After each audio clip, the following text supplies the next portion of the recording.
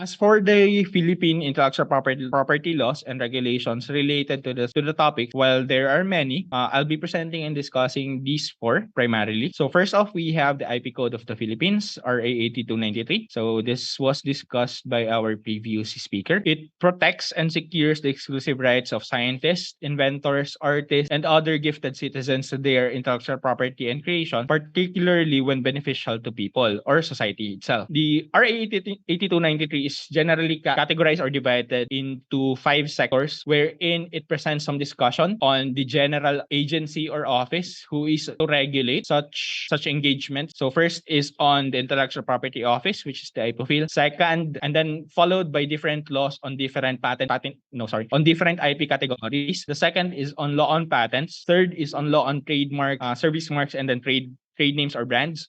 Fourth is on law on copyrights, and then fifth is on the final provisions and differences presented by the policy or the law. So it also the act also presents us the offices and bureaus who are responsible in overseeing the implementation and regulation of the said act in reference or in accordance with its categories.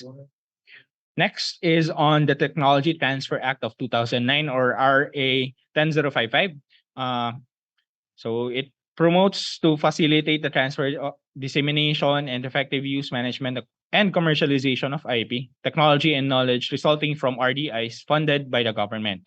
Pero to summarize, the act is actually specifically on presentation of terms and references in discussions of ownership and implementation of projects, researches, and its corresponding research development institute outputs or outputs in itself, especially if funded by a government funding agency. In our case, as researchers or as faculty or as staff of the university, the acting government funding agency is the university in itself.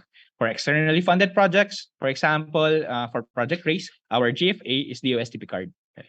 So in here, it is also being promoted and encouraged for researchers to commercialize and possibly establish a spin-off for better technology utilization. Dito na lumalabas yung idea na research mo na, ikaw pa nag-utilize, ikaw pa nag-spin-off.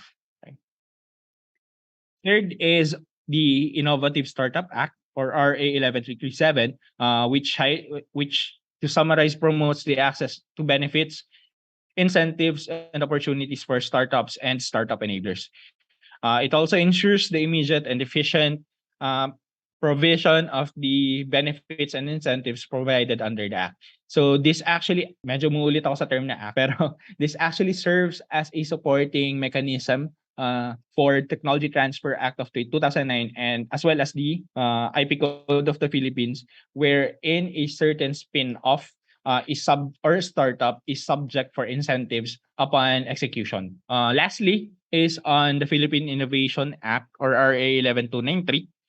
In here, the keyword here is on MSME. So it aims to generate and scale up action in all levels and areas of education, training, research, and developments towards promoting innovation and internationalization activities of MSMEs as driver of sustainable and inclusive growth. So it is actually defined as an act adopting innovation as vital component of the country's development policies to drive inclusive development and promote growth and national competitiveness of MSMEs.